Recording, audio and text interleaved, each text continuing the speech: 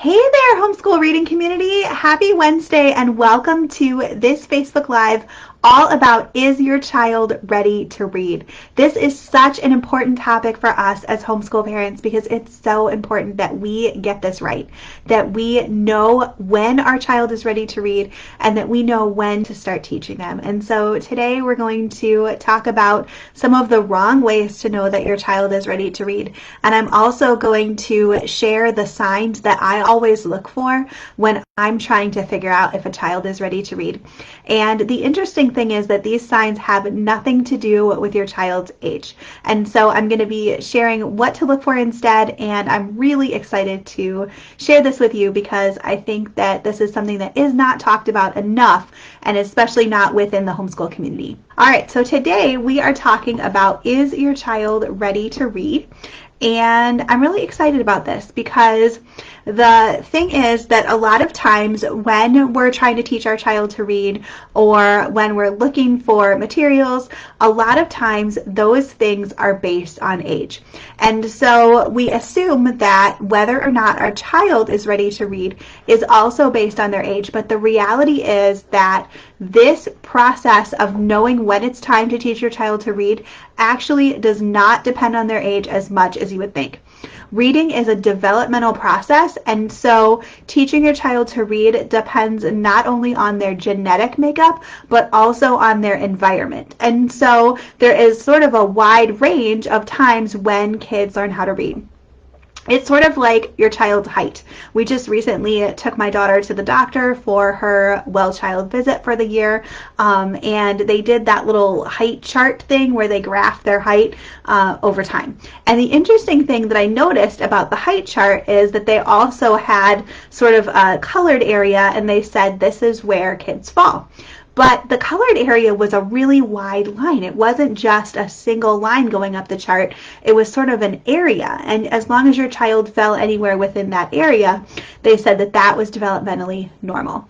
But the other thing that they said is that you can't just use your child's age to predict your height, right? Because that line is pretty wide. And so when your child is 4, they might be 6 inches taller or shorter than another 4-year-old. When your child is 6, they might be several inches taller or shorter than another 6-year-old.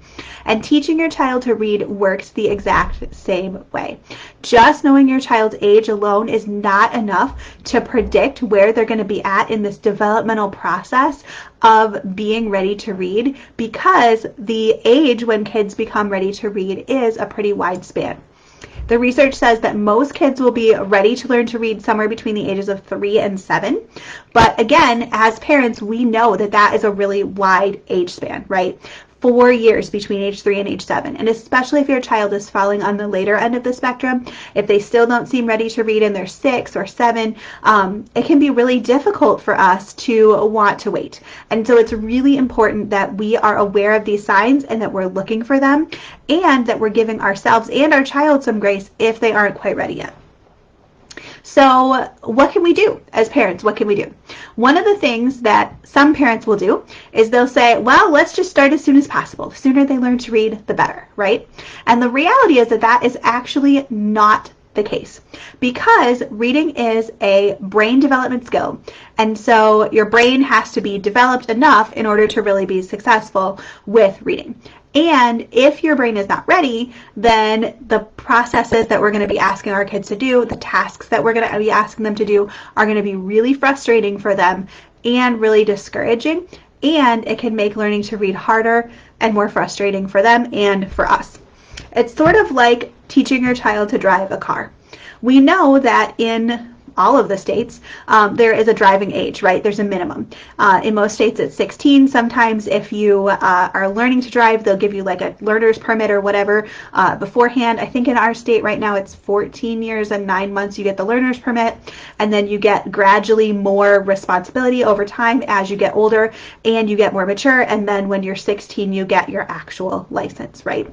But we would not go and give a driver's license to a 7 or an 8-year-old because we know that their brain isn't developed enough to be able to do all of the decision making and the complex, instantaneous, like minute to minute thinking that's required in order to drive a car, right? And teaching your child to read is kind of similar. There are certain skills and abilities that your kid's brain needs to be able to do that they're not going to be able to do if you start too soon. And so it's really important that we wait until they're ready, that we look for these signs. But the flip side is also true.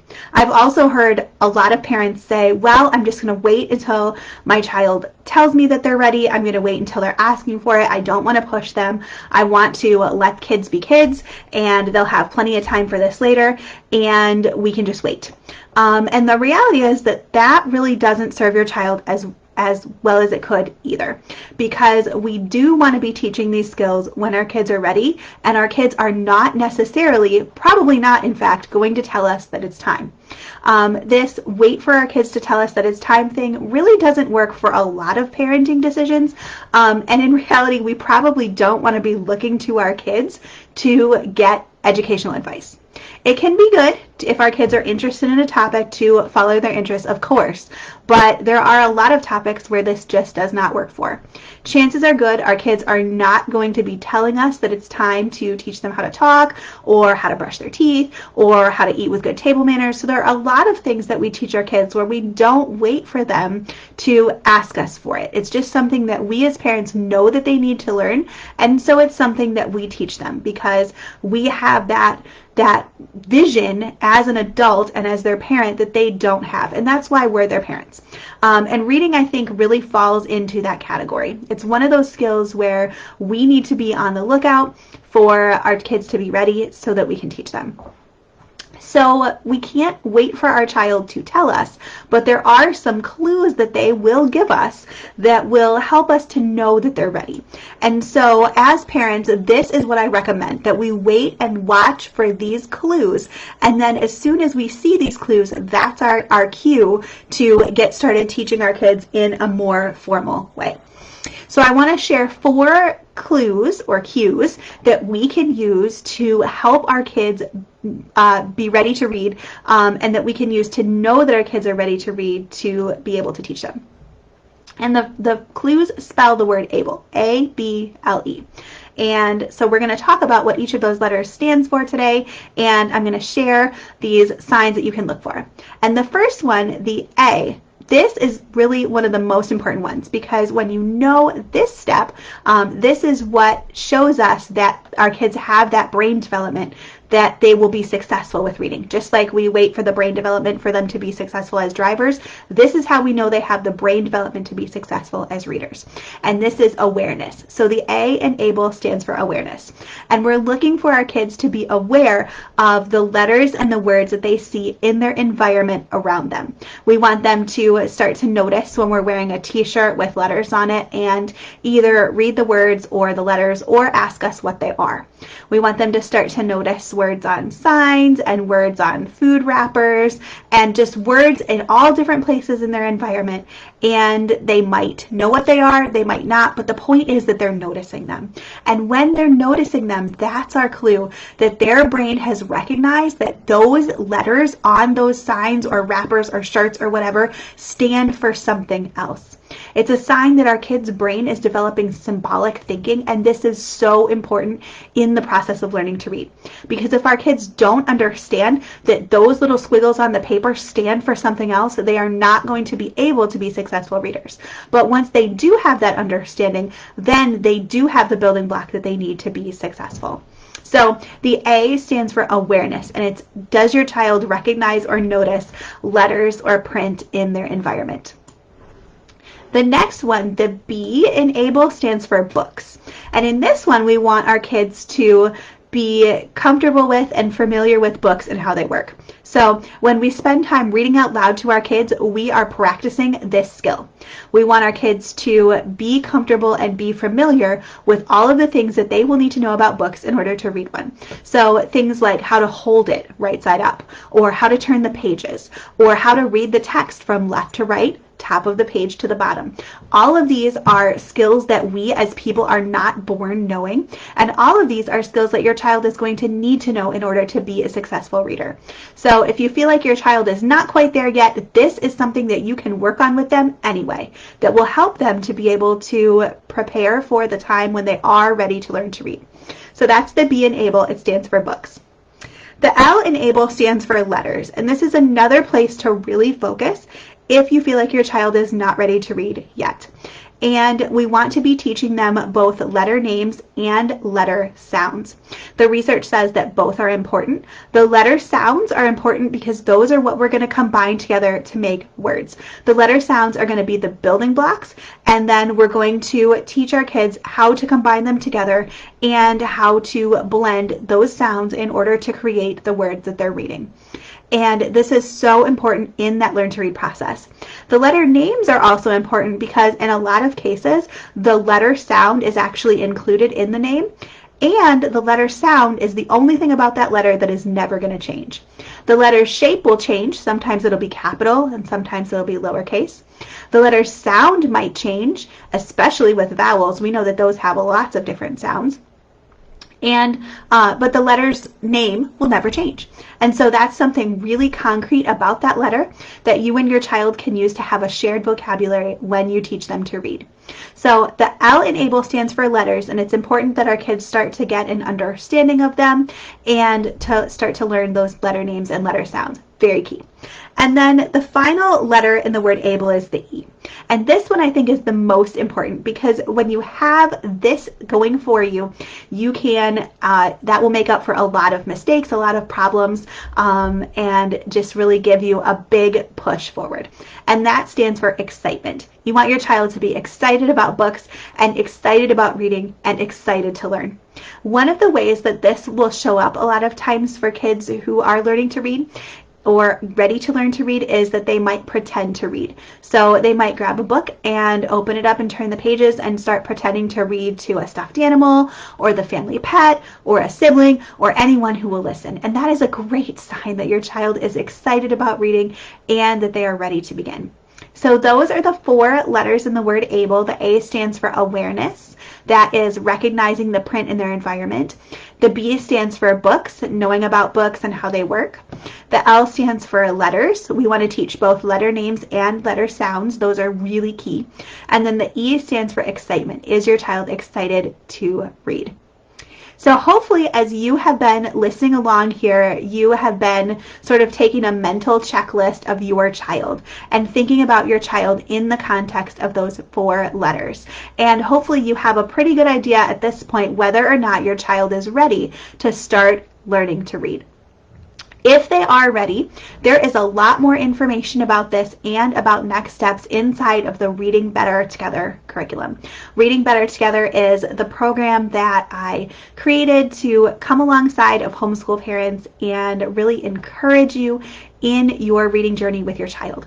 The program goes step by step with scripted lessons so that you know exactly what to say and what to do to teach all of these steps really sequentially to your child and following the best practices of the latest, most up-to-date scientific research in how kids' brains learn. So the lessons work and they are designed to work with your child's brain to make the process of learning to read easier. You also get 60 side-by-side readers. These books are fun and exciting and motivating for kids because they get to read a real book with a cover and pages right alongside of you starting in week 2.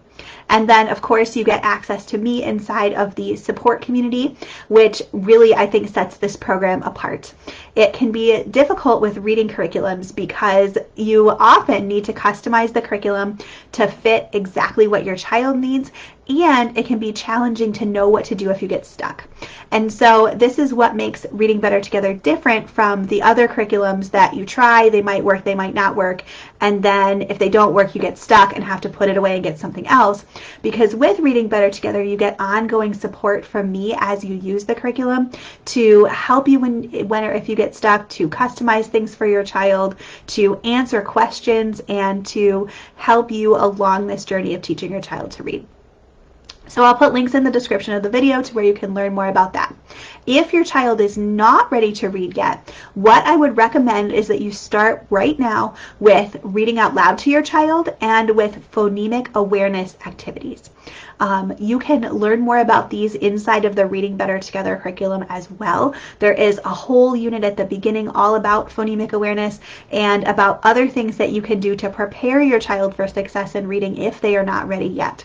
So that's like the first thing. There's a deep dive into the signs to look for and specific activities that you can do to encourage your child in each of them to help prepare them for success in reading if they are not there yet.